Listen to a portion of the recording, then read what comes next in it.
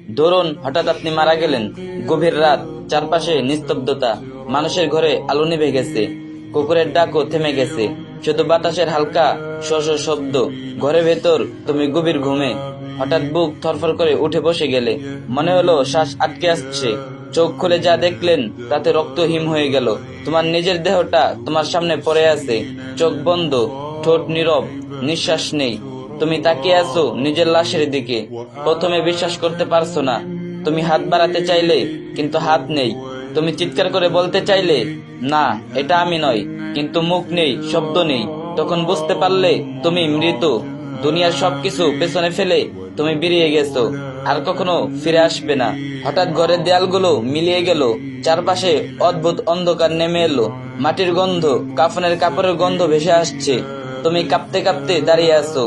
হঠাৎ শীতল বাতাস কেটে গেল। সামনে দুজন ফেরেশতা দাঁড়িয়ে আছে। তাদের চেহারা ভীষণ ভয়ঙ্কর, চোখ আগুনের মতো, কণ্ঠস্বর বজ্রপাতের মতো। তারা তোমার দিকে তাকালো, এমন দৃষ্টি যা তোমার আত্মাকে বিদ্ধ করে দিল। তারা কিছু না বলে তোমাকে টেনে নিয়ে গেল। তুমি প্রতিরোধ করতে চাইলে, কিন্তু শক্তি নেই। তুমি শুধু কাঁদতে কাঁদতে চিৎকার করলে, হে আল্লাহ, আমাকে আরেকটু সময় দাও। আমি নামাজ পড়তাম, আমি তওবা করতাম, আমি গুনাহ ছেড়ে দিতাম, কিন্তু আর কোনো সময় নেই। পৃথিবীর সব সুযোগ শেষ হয়ে গেছে। কিছুক্ষণের মধ্যেই তুমি দেখতে পেলে একটা গভীর গর্ত, তোমার কবর।